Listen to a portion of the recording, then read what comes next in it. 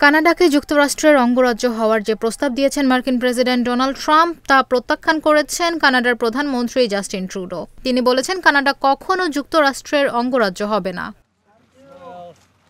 বার্তা সংস্থা রয়টার্স জানিয়েছে, মঙ্গলবার সামাজিক যোগাযোগ মাধ্যম এক্সে একটি পোস্ট দিয়েছেন জাস্টিন ট্রুডো। তিনি লিখেছেন, জাহান্নামের স্নোবল হওয়ার সুযোগ নেই। কানাডা কখনো যুক্তরাষ্ট্রের অংশ হবে না। আমাদের দুই দেশের শ্রমিকরা ও সম্প্রদায়গুলো একে অপরের সবচেয়ে বড় বাণিজ্যিক এবং নিরাপত্তা অংশীদার হওয়া থেকে উপকৃত হয়।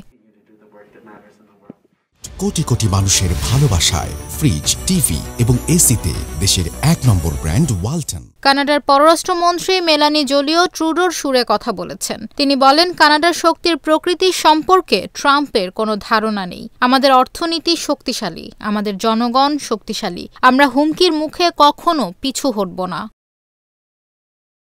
গত সোমবার ডোনাল্ড ট্রাম্প তার নিজের সামাজিক যোগাযোগ মাধ্যম ট্রুথ সোশ্যালে লেখেন, কানাডার অনেক মানুষ আমাদের ৫১তম অঙ্গরাজ্য হতে চায়। কানাডাকে টিকিয়ে রাখার জন্য বিশাল বাণিজ্য ঘাটতি এবং ভর্তুকির চাপ যুক্তরাষ্ট্র ভোগ করবে না। জাস্টিন ট্রুডো এটা জানতেন, তাই তিনি পদত্যাগ করেছেন।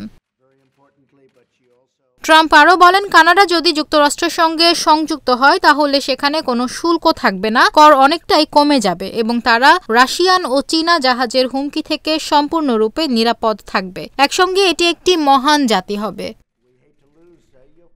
এর আগে প্রেসিডেন্ট নির্বাচিত হওয়ার পরই ট্রাম্প বলেছিলেন, ক্ষমতা গ্রহণের প্রথম দিনেই তিনি কানাডা থেকে আমদানিকৃত সকল পণ্যের ওপর ২৫% শুল্ক আরোপ করবেন। এরপর ডিসেম্বরে কানাডার প্রধানমন্ত্রী জাস্টিন ট্রুডো যুক্তরাষ্ট্রের সফরে গিয়ে ট্রাম্পের সঙ্গে দেখা করলে তখনও ট্রাম্প ট্রুডোকে বলেছিলেন, কানাডা যেন যুক্তরাষ্ট্রের অঙ্গরাজ্য হয়ে যায়।